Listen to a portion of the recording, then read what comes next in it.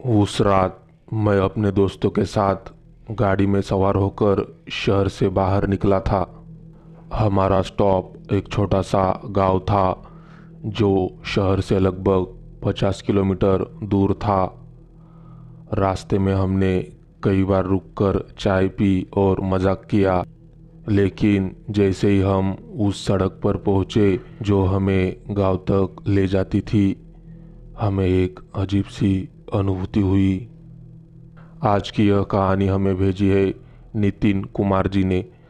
तो आगे की कहानी उन्हीं के शब्दों में। लेकिन कहानी सुनाने से पहले आपसे एक निवेदन है दोस्तों, आप कहानी तो देखते हो किंतु लाइक व सब्सक्राइब नहीं करते, तो कृपया ऐसा ना करें। अगर आप लाइक व सब्सक्राइब करेंगे तो हमें भी प्रोत्साहन मिलेगा और कहानियाँ सुनाने में। तो वीडियो को लाइक और चैनल को सब्सक्राइब अवश्य करें। धन्यवाद। पूरी सड़क सुनसान थी और आसपास कोई भी आवाज़ नहीं। हमने सोचा कि शायद यह सड़क कम उपयोग में होती है, लेकिन जैसे ही हम आगे बढ़े हमने देखा कि सड़क के किनारे कई पेड़ थे जो अजीब से आकार में कटे हुए थे। मेरा दोस्त रोहन जो गाड़ी चला रहा था, उसने अचानक ब्रेक लगा दिया।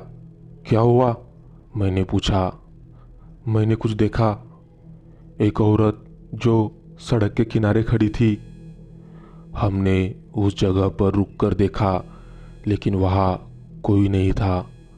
हमने सोचा कि शायद रोहन को भ्रम हुआ होगा, लेकिन जैसे ही हम आगे बढ़े हमने फिर से उस औरत को देखा। इस बार वह सड़क के बीच में खड़ी थी और उसकी आंखें हमारी ओर देख रही थी।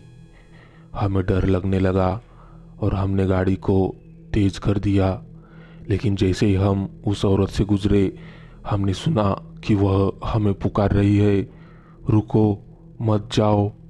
उसकी आवाज़ थी, लेकिन हम रुके नहीं।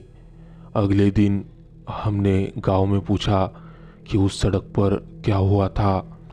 लोगों ने हमें बताया कि उस सड़क पर कई साल पहले एक औरत की मौत हो गई थी और तब से वह सड़क भूतिया हो गई।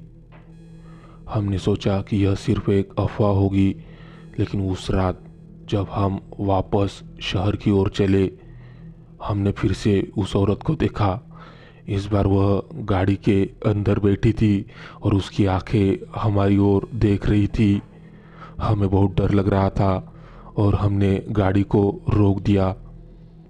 जब हमने पीछे मुड़कर देखा तो वह औरत गायब हो गई थी, लेकिन हमें पता चला कि हम उस सड़क पर अब कभी नहीं जाएंगे। कुछ दिनों बाद हमने उस सड़क के बारे में और जानने का फैसला किया। हमने उस गांव में रहने वाले एक बुजुर्ग से बात की। उन्होंने हमें बताया कि उस सड़क पर कई लोगों की मौत हुई थी और वह सड़क भूतिया हो गई।